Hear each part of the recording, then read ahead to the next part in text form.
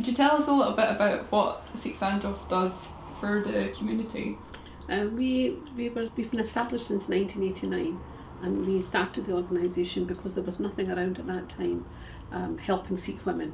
There was quite a big community in Leith, and it's always been there, but there was the women from that community weren't accessing any services, they weren't taking part in any leisure activities, no joining mother and toddler groups, and so there was basically, they were living in Leith, but they were kind of like invisible, and people were just getting on with it. So but 1984 we came to realise that there was a need for something, and people weren't aware of the culture or the even kind of like internal barriers that women faced to get them outside the house. And so that's how Sikh Sanjog came about. We identified that there was a need, and we worked with other people in Leith to help to start the project.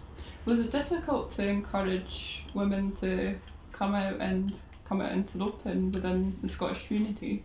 It was very difficult because there were so many internal and invisible barriers that they faced within their own homes, and outside it was a whole different environment. So it was getting over those internal barriers. So hence the reason Sikh Sanjog has always worked within the cultural boundaries of the community. So there have been times over the years when people have said to us, you should get involved in that. And for us, it's always been, but if the women that we want to reach and the women that need our services and our support, if we kind of broaden our reach too much, then that will alienate those people.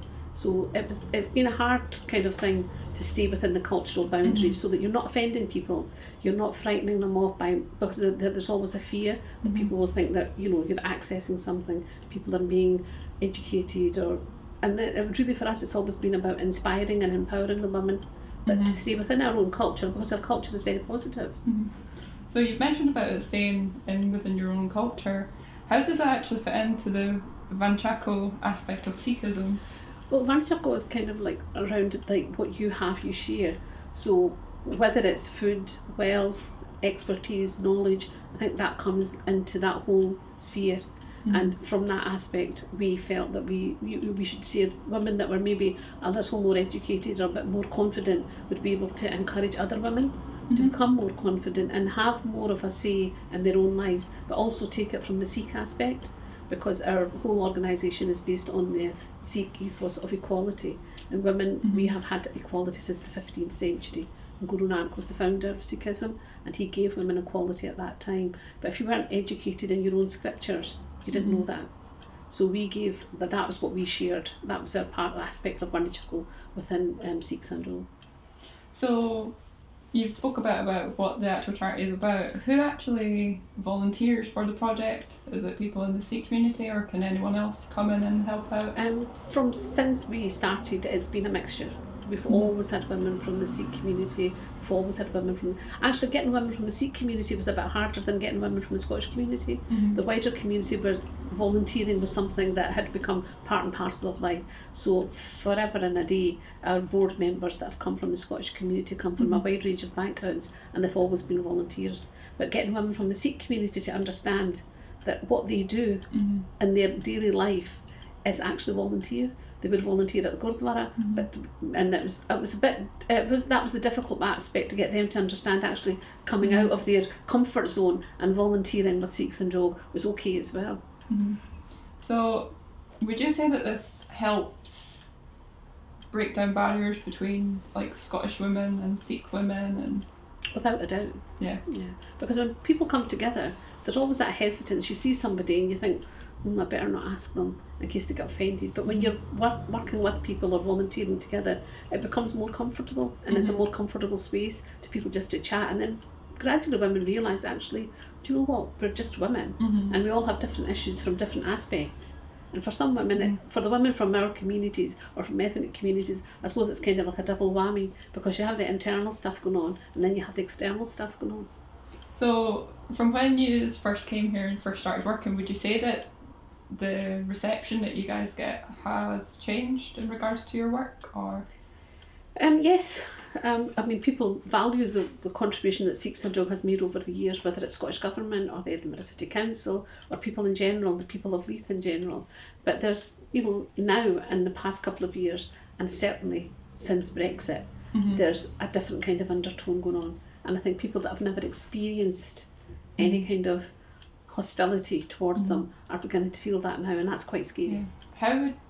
what kind of reception has, like, would you say that Brexit has caused? Because you've said about the kind of animosity that's kind of caused. Like, could you elaborate a bit more on Well, I can that? give you an example from myself. Yeah. Okay, so Brexit was the 23rd of June, and on 25th, Saturday was the 25th.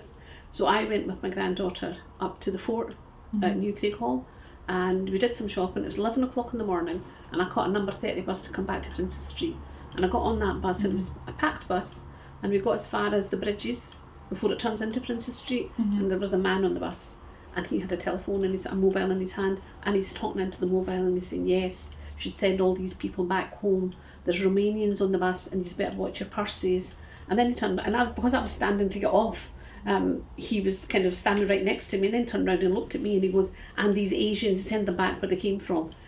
And normally, now I was born and brought up here, so normally on a bus, you've had the odd drunk or somebody making comments or something, and you look around and other people sitting on the bus will kind of, whether the people are scared to say anything or interfere, so you understand that. But normally you would get somebody kind of either raising an eyebrow or just giving you a sort of a knowing smile just to say, just ignore it. But that day on the bus, I was totally shocked.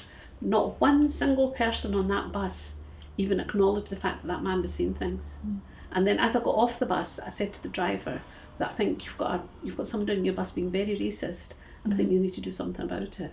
Well, whether he did or not, I don't know. Would you say that people kind of acting out in situations like that, like kind of acting out to help, would it be like, kind of standing between people like yourself or like the racist people? Would you say that would actually help and kind of make people feel more unified and more likely to act? Definitely. I mean, I know, like, everybody's, I wouldn't, you'd be too afraid, because when he was speaking like that, I mean, a few years ago, I'd probably turned around and made a real sacky comment, like saying to him, where do you want me to go back home to Glasgow, because that's where I'm from. But now I would hesitate and I wouldn't say anything like that, because you don't know what people are like. So again, for people to get up and say to the man, you shouldn't be saying that, I wouldn't expect that. But actually for them just to give me a knowing glance, it would make me feel better to know that actually these people are, acknowledging the fact that what's happening isn't correct. But they, they can't physically get up and stop them.